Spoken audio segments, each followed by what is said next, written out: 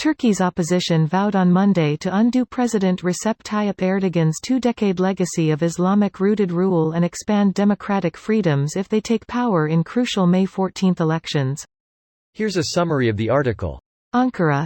Turkey's opposition vowed on Monday to undo President Recep Tayyip Erdogans' two-decade legacy of Islamic-rooted rule and expand democratic freedoms if they take power in crucial May 14 elections. The six parties united against Erdogan also pledged to decide on February 13 on a joint candidate in the presidential vote, widely seen as Turkey's most consequential in generations. The opposition's 2,300-point program aims to roll back many of the powers Erdogan has wrested from parliament and ministries in the latter years of his tumultuous rule. Erdogan has developed increasingly close relations with Russian President Vladimir Putin while tightening social freedoms and flouting European court rulings to free his jailed opponents. U.S. President Joe Biden suggested in a TV interview conducted during his 2020 election campaign that Washington should help elements of the Turkish opposition take on and defeat Erdogan. The opposition's program was unveiled at a ceremony attended by cheering crowds eager to reverse Erdogan's transformation of Turkey into a more religiously conservative state. Erdogan's refusal to join Western sanctions on Moscow has turned Turkey into a key route for Russia to access foreign goods and services. This post received a score of 51,000, with an upvote ratio of 93%. Here are the top comments in response to this article. Erdogan is a constrained tyrant. The tail will wag the dog, if he's faced with the possibility of losing power. Unless he can find something domestic to fight, I'm not sure how he does that. He can't fight NATO since all his power comes with being the fringest member of NATO, and if he attacks somewhere east he just alienates the other side he relies on. He could always start another anti-terrorism campaign to reduce the Kurdish population in eastern Turkey. That's usually a pretty popular move. Or do another pretend coup d'etat. This is the most likely direction. Emo. Yep, worked for him once. Emergency. Powers to suspend elections indefinitely. That's some hope at the end of a very dark tunnel. Will the citizens fight for a brighter future, though?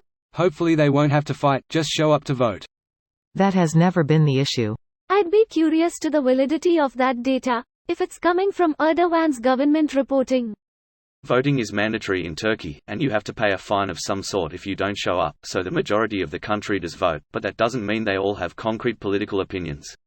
But isn't it true that Turks can also vote from abroad by post, and Erdogan gets a huge amount of support from Turks living elsewhere?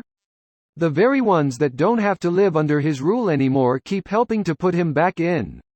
Yes, you're definitely correct. That is also a major factor in his base of support. Which is wild because any abroad-living Turk I've met hates Erdogan, but these are all young progressive people, so I imagine the support comes from the older traditional crowd. I can't confirm that second statement. There are quite some 50-plus-year-old who root for him. We've seen pictures of him on the wall in the back of small Turkish shops in Germany.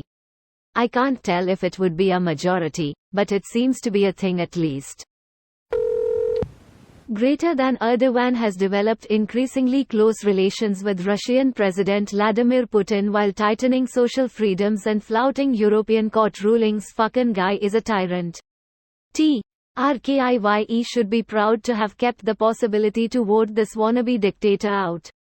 The longer he stays in power, the more likely voting him out will no longer be an option. That would be a damn shame. Yeah, and he wants to reap the benefits with being in the EU without meeting any of the requirements. The EU doesn't need another Hungary. Yeah, EU has one too many Hungary already. You could argue that EU has two Hungaries too many. But I guess one could be dealt with. This video was automatically created by Reddit to speech. The article and comments in this video were selected from Reddit according to their upvotes, and any paraphrasing was performed by smmry.com, without any human intervention.